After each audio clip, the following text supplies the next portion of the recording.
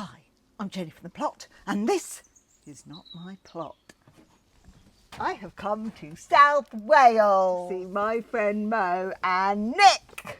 2 years ago, we sold our respective houses and moved in together in a 20-acre small holding in South Wales. 20 acres.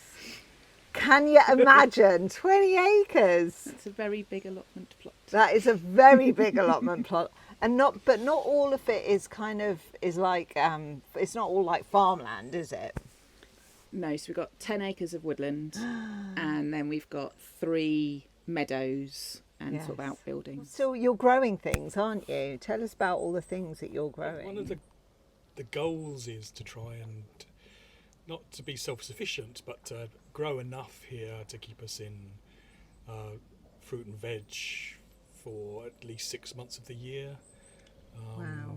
I think we both like cooking with fresh ingredients, so we try and grow the things that we like and the things that it's difficult to get in the supermarkets that still taste the same. So even in season, I think you struggle to find now in the sort of supermarkets British grown, locally grown food. Don't want to have things that are flown in from halfway around the world anymore. Not when it's more fun to grow it yourself. Because it's not just plants you have, is it? Tell us.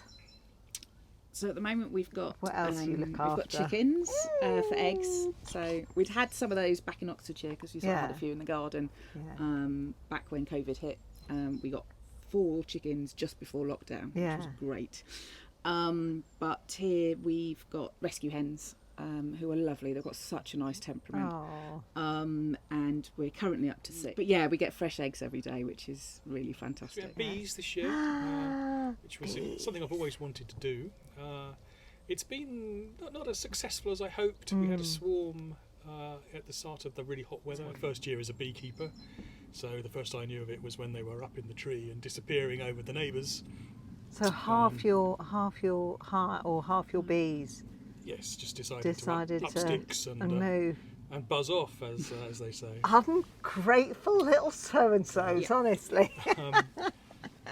But the ones that are left are doing okay. I don't think we're going to get much honey or any honey this year, but hopefully they'll get themselves established, and next year we'll be able to harvest some honey from them. They're lovely creatures, I think, and fascinating. And what are the future plans?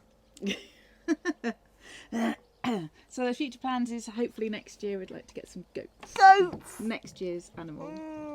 Hopefully goats for milking, for dairy. Oh, so then you could have goat milk. Goat milk, goat cheese, cream, sour cream, ice cream. Butter. Butter, yes. I think we need to go and have a little look round some of this year's projects. That sounds a good idea. If that's all right. Yep. Okay, Sure. let's go.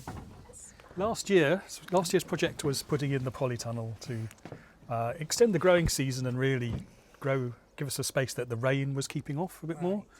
And it's been fairly successful. And you Yeah. built it yourself, didn't you? Yes, we had some friends along to help us. We quite like doing working weekends, which is where we say that we'll put people up, give them food and lodging, and they come and help us build stuff.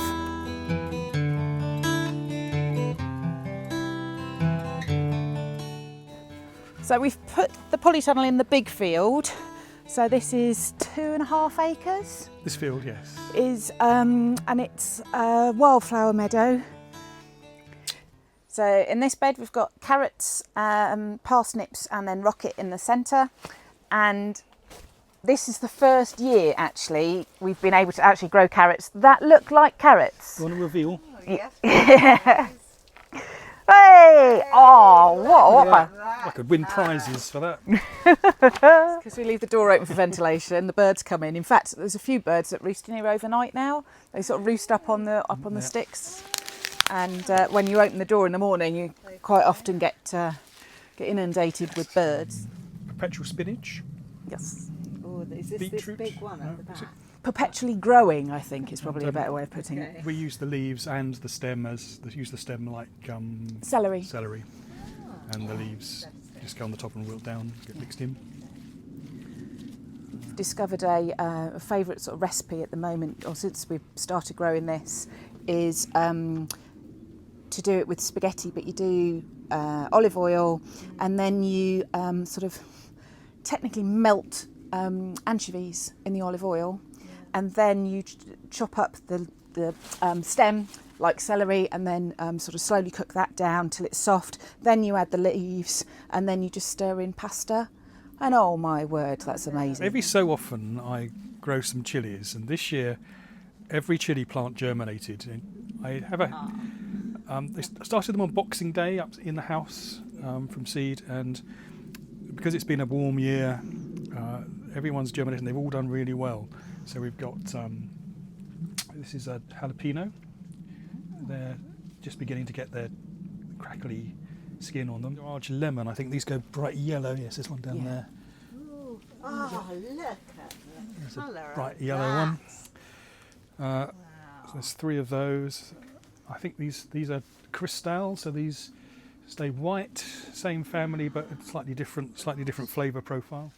Tomatoes, we got 3 different types of tomato. There's the cherry one, what's known as the big red tomato. God, look at that. We've got some red ones up a bit further on. They're nice in salads and things. Hand for scale, dirty hand for scale. Ooh, Look at that. that's a small one, but they're really nice. Huge. Um, Look at them back there. there's a couple more. They're massive. It's not the size of your tomatoes. It's what you do with them. Nasturtium's gone a bit mad this year because I got kind of hooked on having nasturtium in my salads last year because it's such a nice peppery flavour. It grows easier than the rocket actually and tastes quite similar. Oh, see, I've been told that you can eat nasturtium leaves. Please, may I try a nasturtium leaf? You are very welcome to try a nasturtium leaf. There's some down here that's just getting in the way, so... Can I have a little small one? Just yes. I don't want to be too wild. Oh, you can eat the flowers as well. I'll try a flower as well. Just make sure there's no beasties in it first. That is very, very nice, Mel. Yeah, salad All those made of people those. I didn't believe that told me you could eat nasturtiums, you were right and I was wrong. Yeah, you thought they were casting nasturtiums. I thought they were. Ba-bum. Thank you, Mo. And the real cracker is you can eat. That. That's the seed pod. So once the flowers die back, you end up with a seed pod. Try that. See what you think. Oh, God. Nom, nom. Oh my God! They're kind of like a cross between a really strong rocket watercress flavour with wasabi. They Yes. put hairs on your chest. Definitely. Close your sinuses out, that one does. Absolutely. So we're looking to pickle those and use them like capers. So I really wanted tomatillos. So when Nick was planting out all his chilies on Boxing Day, I was planting tomatillos. We'd tried last year and they hadn't done very well, so I've got a different variety, purple landrace these ones are. And because I wasn't expecting them to germinate, you may have spotted a theme here, we planted loads. And they all germinated, and so we planted them all out, and I am utterly inundated with tomatillos now. We've already made 2 different kinds of tomatillo salsa, and between the 2 different kinds we've got like 8 jars, which is probably enough to keep us going for the next 2 years, and we've still got another year's worth of tomatillos growing. So I don't think we'll be growing them for a while. Part of what we do is the wildlife is welcome to a share of what we're doing, provided we get enough to eat as well. The idea is kind of, 10% to nature, 90% for us, but quite often it's the other way around. The bench of disappointment. The bench of disappointment. The bench of disappointment. The things that aren't growing quite as well as we would like them to. We have some more cabbages. Wait, actually, they're okay. They're waiting to go out. Kohlrabi, Kohlrabi. waiting to go They out. look all right.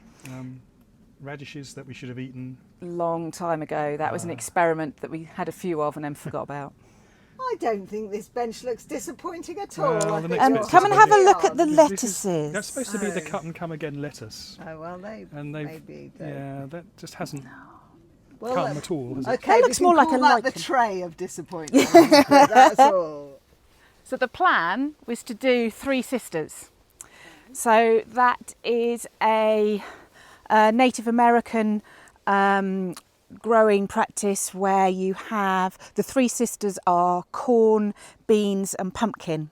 So the corn is supposed to provide a pole for the beans to grow up, and then the pumpkins grow along the bottom and sort of shade out and stop the weeds. So it's really exciting, and the pumpkins are doing really well as well. Probably at least a dozen fruit grown on there at the moment and more flowers coming. So it's definitely happy. It's our bean bed for this year.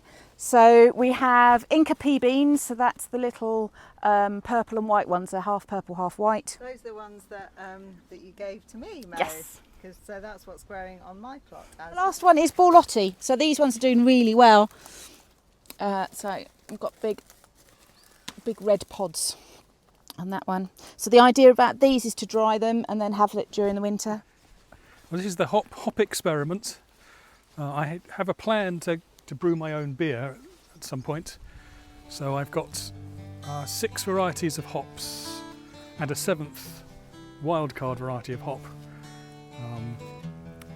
growing here. This is the first year they've been in. They came in as bare root plants at the start of the year. They're all grown. It's interesting to see the differences in growing. Some have done better than others. We might get some hops off. Some are quite ready yet, but they grow on the vines. You can see they're just beginning to form now.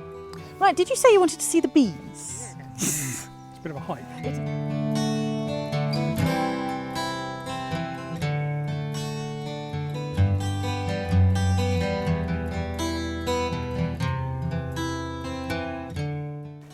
All of the trees that you can see in that in the clip is part of our woods. That oak tree down in the bottom corner there that you can see, we call it our grandfather oak. The girth of that is at least 7 metres, which means it probably germinated around the time of Oliver Cromwell.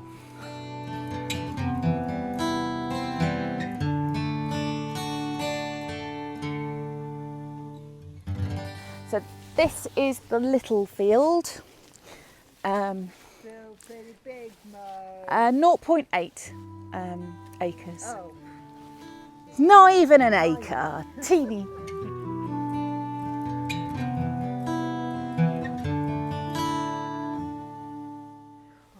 How's that for a view?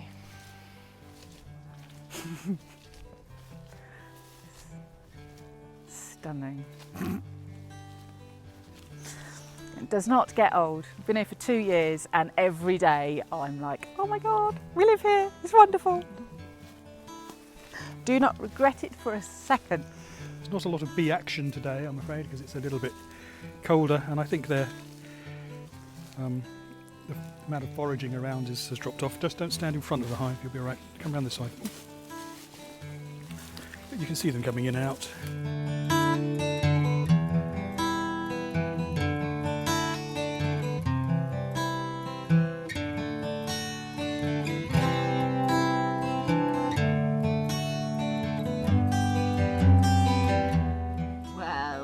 Mo and Nick, thank you so much for showing me around your, is it a small holding or is it a farm? What do you call it?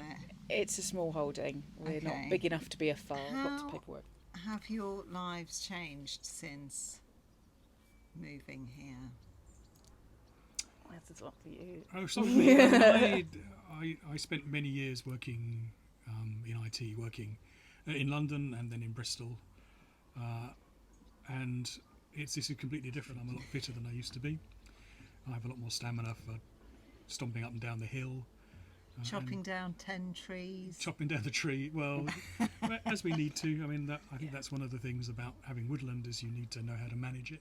For which you had to go on a special kind of lumberjack course, didn't you, Nick? Well, I did. Tell us about that. I did cross-cutting and felling small trees because I knew nothing about how to use a chainsaw, and that's a weak course where they basically throw you in the woods and tell you how to do it, and give you a chainsaw and tell you to well, you have to take your own chainsaw, but they tell you how to clean it and oh my goodness, which way to put the chain on and things. Amazing. And that was a real eye-opener. I think that it was physically the hardest I've worked for a long time. and I now have the utmost respect for the guys who do that for a living. Well, tell us what you love most about being here. So, actually being right in the middle of nature and having all of this around us, all of the wildlife. I love growing our own veg. You know, for me, it's magic. You go and you put a seed in the soil and you water it, and it grows into something you can eat. After we'd decided this is what we eventually wanted to do, it took a long time to be in the right place in our lives to come here. So the allotment was kind of our springboard. So we did a lot of training ground. Well, training ground, yeah. We did a lot of experimenting there. We tried a lot of things, and we kept going, when we've got our small holding, this is what we'll do. We went on small holding courses. And things. It's quite funny because we've been together, it's coming up for 9 years now, and and we pretty much worked out on like the second or third date that this is something that we both fancy doing, and so within 6 months of us being together, we went on our first course. And it was like we've had this dream, in the planning and the very much. It took seven years to get here. I don't consider that we own this place. We are guardians of it, and it's about producing what we need, but not at the detriment of all of the bees. The thing I love about you two is that you're like they're not afraid of anything. They won't. They will literally have a go at anything. Beekeeping, yes, we'll try that. Goats, yeah, we'll get some of them. We'll look into it. And you spend a lot of time learning, don't you, and preparing for your next project. So you've really done your research about everything you do here, haven't you? Yeah, also we need to wait until we're in a position that we both are happy with what the plan is. So we kind of talk it through, and then we sort of come back to it another few months later and we sort of talk it through, and it's sort of like in the meantime we've all been having our own ideas or watching some things on YouTube, or we're part of local groups. There's the Dyfed Smallholders Association, there's the South Wales Goat Club, and so just learning. Join that. Yeah, it's great. They like have events on that every month. We have a newsletter and stuff, and it's just everyone sort of sharing what they do, what works and what doesn't work. And there's what I love and what is taken a while to get our heads around is there's no right or wrong way of doing things. There's what works for you, but it takes time, but it's worth it. So yeah, we're doing things slowly at our own pace. But and the key is in preparation, and definitely. Makes us sound more organised than I think we well, are. It is quite organised. Yeah. I think feels a bit splattered. It's like organised chaos, isn't it? I think there's no rush. There's no rush. You've got the rest of your lives, haven't Exactly. you?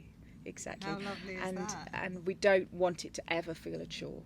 Yes, absolutely. This is our home, this is our life, and it's about the lifestyle that we wanted.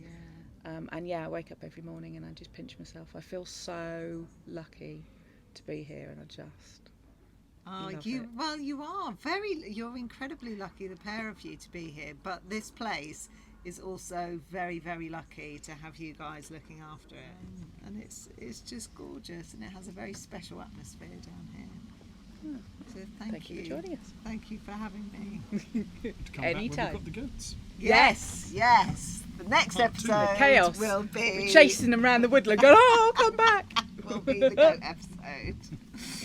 Thanks so much for watching, everybody. If you wouldn't mind me having a poke around your plot, you can email me at jennyfromtheplot19b@gmail.com. But until next time, from me, from Mo, from Nick, thanks very much, and we'll see you soon. Bye. Ta-ra.